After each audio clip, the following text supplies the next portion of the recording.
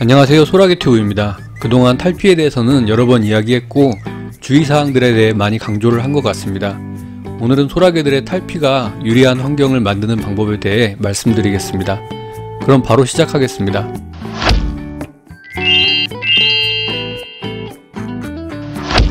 소라게를 처음 데려오면 사육장 곳곳을 탐색하며 탈출이 가능한 위치가 있는지를 파악할 것입니다. 그리고 이때 이 공간에 다른 소라게나 천적이 있는지도 살펴보게 될 것입니다. 탐색을 하며 서로 서열 정리도 할 것이고요. 그렇게 탐색이 끝나면 두 가지의 유형을 보게 될 수 있습니다. 첫 번째로 바닥재로 내려가서 일정 기간 동안 적응기를 보내게 됩니다. 이때 소라게가 어떤 생각을 하고 어떤 이유로 오래 머물다 올라오는지는 알 수 없습니다. 하지만 매번 그렇듯이 본능을 기준으로 그들의 입장에서의 시각으로 분석을 해봤는데요. 그들에게 있어서 사육장에서 가장 안전한 장소가 땅속일 것이라는 판단이 듭니다. 소라게들의 입장에서는 이 사육장의 끝이 어딘지를 모르고 내려가기 시작했을 것입니다. 물론 내려가다가 끝이 어딘지를 알 수 있긴 하겠지만요. 그렇게 내려간 뒤에 한참 동안 이 사육장이 안전한 곳인지 숨죽이며 지내는 것 같습니다. 그렇게 약 2주 내외 또는 조금 더 긴 시간을 보내고 바닥재 위로 올라오게 됩니다. 그럼 이 시기에는 우리가 어떻게 해주는 것이 좋을까요? 당연히 최대한 건드리지 않고 놔두는 것이 좋습니다. 이 시기에 소라게를 강제로 꺼내는 행위는 엄청난 스트레스가 될 것 같습니다. 물론 그 행위 한 번만으로 소라게가 죽진 않을 것입니다. 하지만 이런 작은 스트레스를 주는 요소들이 중첩되면 결국 폐사에 이르게 된다는 것은 확실하다고 판단이 됩니다. 그럼 적응기 외에 다른 유형은 무엇일까요? 바로 탈피입니다. 소라게들이 수입될 때에는 몇천 마리 혹은 몇만 마리가 동시에 수입되기도 합니다. 그럼 그만큼 소라게들이 포획되는 데에는 시간이 많이 걸렸을 것입니다. 수입 직전에 잡힌 소라게들이라면 문제가 적겠지만 가장 초반에 잡혀서 몇 달간 사육장에 붙잡혀 있었던 애들도 있었을 것입니다. 그렇다면 당연히 탈피가 몇 달간 지연되었을 수도 있겠죠.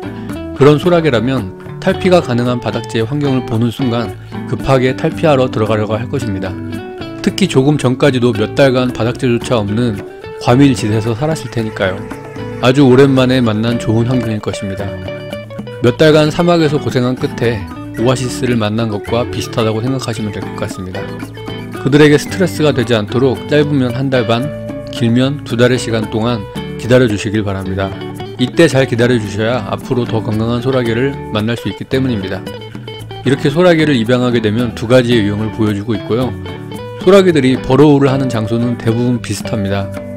아마 다른 유형도 있겠지만 신기하게도 물그릇 밑이나 주변을 선택하는 경우가 많습니다. 그 이유는 습도가 매우 높기 때문입니다.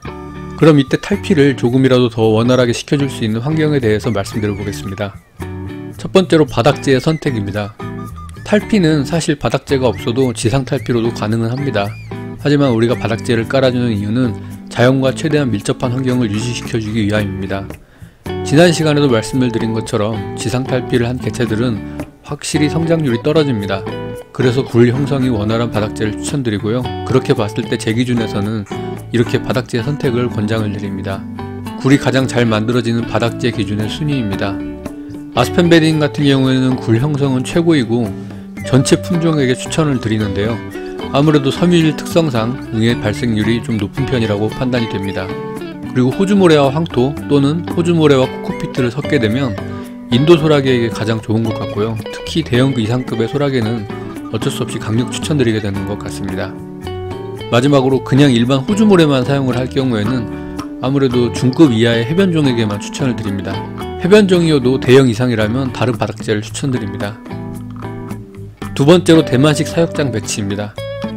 탈피 중에도 동족 포식이 발생할 수 있습니다. 지상에서는 키틴을 자주 급여해서 동족 포식을 막아줄 수 있는데요. 버러우한 상태의 상대끼리 만나게 되면 아무래도 몇 주간 배가 고픈 상태일 테니 동족 포식이 발생할 수 있습니다. 그것을 방지하기 위해서는 대만에서는 소라게 사육장 세팅 시에 이런 탈피 환경을 제공해 준다고 합니다. 이런 환경은 소라게의 개체수별로 각각 만들어주는 게 좋다고 하고요. 탈피 환경이 곳곳에 배치된 대신에 다른 지대의 높이는 좀 낮게 해주고 있습니다. 그 이유는 지정된 곳에서만 탈피를 하도록 유도하는 것이기 때문입니다. 그래야 동족 포식이 생기지 않을 테니까요. 특정 공간에 소라게가 버로우를 해서 들어가게 되면 뚜껑을 덮어서 다른 소라게가 침입하지 못하게 한다고 합니다. 물론 탈피 자리가 마음에 들지 않으면 다시 나오는 경우가 있으니 안에서 위로 올라올 때는 너무 꽉 닫혀 있으면 안 될 것 같습니다. 이 통은 다 있는 그곳에서 구매를 했고요. 아마 이 통에서는 중급 정도 크기까지는 원활하게 탈피가 가능할 것 같습니다.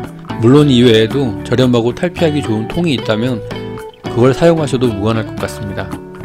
그런데 대만식 사육 방법의 경우 탈피 장소를 지정된 곳으로만 제한을 시켜서 유도하는 방법이긴 합니다. 그래서인지 소라게들이 잘 적응을 하는 경우도 있긴 하지만 그렇지 않은 경우도 많은 것 같았습니다. 따라서 최대한 여러 군데의 장소를 공급을 해주는 것이 소라게들에게는 가장 탁월한 방법인 것 같긴 합니다. 개체별 성격에 따라 적응을 잘하지 못하는 경우도 있으니 최대한 신중하게 고민을 해보시고 결정하시는 것을 추천드립니다. 세 번째로 굴 형성을 도와주는 환경 만들어주기입니다.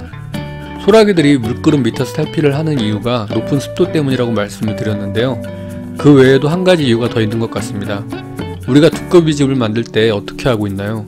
한 손을 모래 속에 넣고 그 위에 다른 손으로 모래를 두드리며 천장을 단단하게 해주게 됩니다.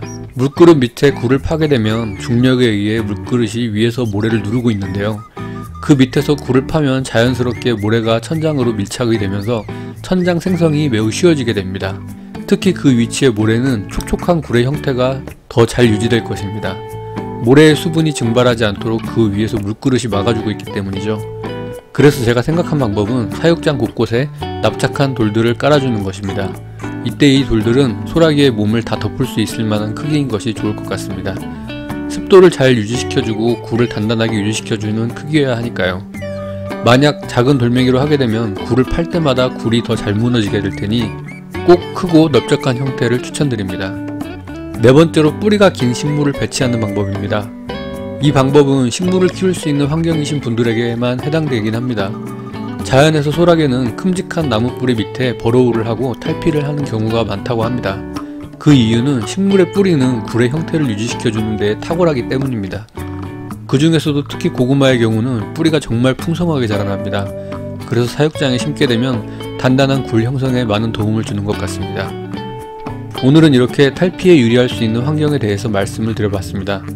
오늘 영상도 유익하셨다면 구독과 좋아요 부탁드리고요. 다음에도 더 유용한 정보로 찾아뵙겠습니다. 감사합니다.